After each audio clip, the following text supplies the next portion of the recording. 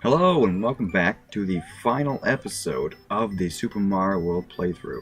Now, as you can see, we have all 96 exits, and that's what it looks like when you have all of them. I think this is the only game I've ever played that you can complete the game without actually having completed the game. You know, because we still need to do Bowser's Castle, which, yes, this is the episode we're going to do that in. And last time, I believe we completed the special world.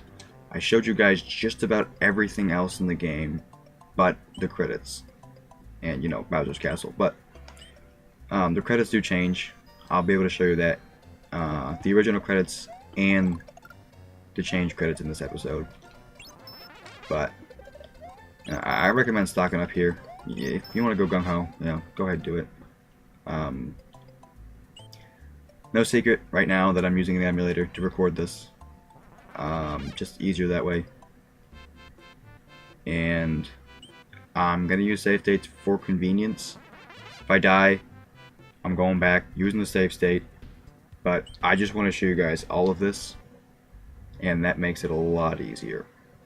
Now, my recommended paths would be to go to 3 and then 8, but I'm gonna go to 1, 5, 2, 6, 3, 7, and 4, 8, respectively. Just gonna save the state here, just to show you guys everything that's here.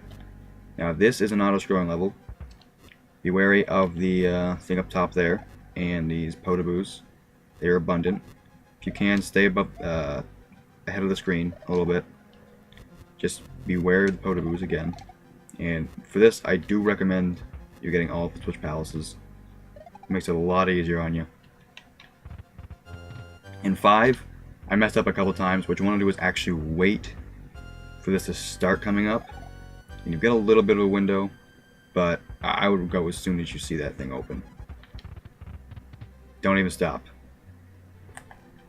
Alright, so I'm going to just save a state every single time. There we go. 2, you want to just climb on this, but be wary of the diagonal moving Podoboos that for some reason are not in lava and are trying to get you. These Koopas do not pose a threat unless you're on the other side, but if you're confident about dodging the Podoboos, I wouldn't worry about it. Now this, you're swimming, and as you can tell by the background, it's probably going to be, or have some elements that move on you, like this. Pro tip in the water. Now, this has already been in a message box, I believe, but if you forgot, holding down or up actually affect how you swim. If you hold the down button, you'll pretty much swim in place, gaining little to no vertical movement, and if you hold up, you will skyrocket forward, or I should say vertically anyways. In this situation, it would have been good if I did that a little bit earlier, but we're okay there because we still have our feather.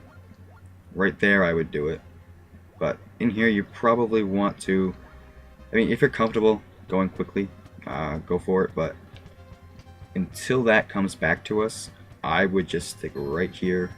Doesn't matter if you hold up or down, just keep swimming. And when it comes back to you, be careful of this ball and chain. It's gonna want to hit you in the face. But if you can duck right here, you'll be good. And once you get to the end of this, just hold up, because that will squish you. Probably do a little more than that because those are spikes. But thankfully, Nintendo did not include gore in this game. Now, this is my chosen route of preference. Basically, these blinds are here to trip you up, but if you know which ones you can fall down, which are more than likely these ones up here that have a similar pattern, but there's also this one. Alright, if you're in a pinch and you need a power up, this blind has a feather, and you can go right up there. Just drop all the way to the end here. Beware of this Mecha Koopa that's there. But yeah, that is number 3. Right now, we want to go to, no, not 6, 7. This one will have a lot of fireballs, but if you got the Switch Palace, or all of them I should say, you should be fine. Really, the only thing you need to worry about are those gold mini Bowsers, which they're not statues, as you can tell. They will come after you, and that is not a fun time. But you can spin jump on them, which makes it a lot easier to get over them. so they're not too bad. Now 4, probably, I mean, you can if you want. It's not as hard as some of the other ones, but I would avoid it.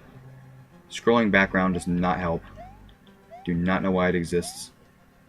Probably just to deorient you, but just do like that, and you'll be able to move through it quickly. Now 8 is my second route of choice, because all it has in there is charge and chucks, and if you spam the cape move, okay, be patient and spam the cape move. And don't let anything weird like that happen. You should be all set. Now, obviously, you see right here that there is a feather in here. Meant to mention that a little earlier, but that's okay. These guys are cake with a cape. Also, if you have fireballs, that's nice too. Primary reason to bring anything like that here. Other than that, you should be fine. Just be careful. Be patient. Now this part is the only level in the game that has this mechanic. Pretty neat. Kinda wish it was used a little more. No idea why Bowser just hogs a disco ball. But at any rate, we are using it against him. And we're about to go into battle. Now, if you're low on health here, per se, you're small Mario, or you do not have an item in the reserve box up there, which does exist even though you can't see it right now. Spoiler alert, Peach actually helps you. In between these phases, which there are 3 of them, and Bowser has 2 hit points each, in between these phases, Peach throws out a mushroom for you, and you should be all the way to the left if you want to receive that, because she throws it from the right, and you probably don't want to miss it. Now here, as you can see, I missed the first one. I hit his clown car. You do not want to hit the clown car any way, shape, or form. Only the propeller damages you, but it does push you away, and that can be detrimental to your timing. As you can see, he rains fire from the sky. Probably want to avoid that, and I did not mean to do that. Probably want to avoid that, and it's much harder to avoid the second wraparound than the first. But if you stay closer to where the fire started, it will disappear. So you're good with that. Now, he's going to do this twice. What you want to do is just jump over them. I mean, you can spin jump on them if you need to, but you might find it easier just to jump over them. Now, you want to stay in the middle here a bit. He will throw them off the edge. And that just slows down your time. And that is no fun. And as you can see there, I hit him twice, and we are one step closer to being done. Gonna come in again, do a second round of fire, and Peach is gonna throw another mushroom. Now, it's pretty bad when it starts out over here. It'll wrap around again a little bit, but if you just jump through it like that, you should be good. And see, I didn't need the mushroom again, but it's just nice to have. As you can see here, he will stomp on your head, just like you stomped on every single enemy in the game. I mean, it's nice that he learns from you, but to be honest, it does not work out for his benefit. Kind of just jumps into it. And with that, we have beaten all of Super Mario World. How's it feel, guys? 96 exits, and I would say 1 if the game counted this one, but finally our adventure is over, and we have rescued Peach from Bowser's clutches. Mario's adventure is over. Mario, the princess, Yoshi, and his friends are going to take a vacation. After this long journey, everything is over. And right here we are treated to a very nice fireworks scene. The finale is even better, which is only 1 firework, but it's a pretty nifty firework. Right there. Stereotypical, yes, but I'll take it.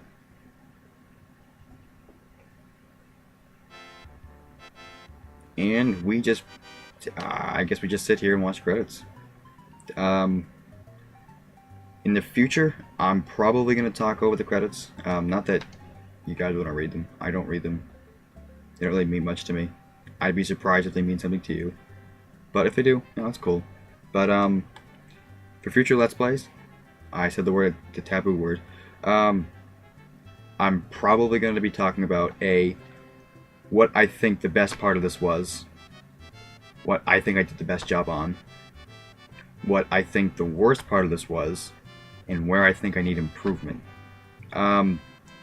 Those last two parts probably just gonna be for the couple that I do on this channel, not the new one. But to start that off, I think the best part about this playthrough, probably the Special World episode, because of how much content that had in it. I don't feel like it was too much, but I feel like I handled that well. Showing everything on screen that I could, with the pictures and whatnot. Having the bonus music in there too, that's a plus.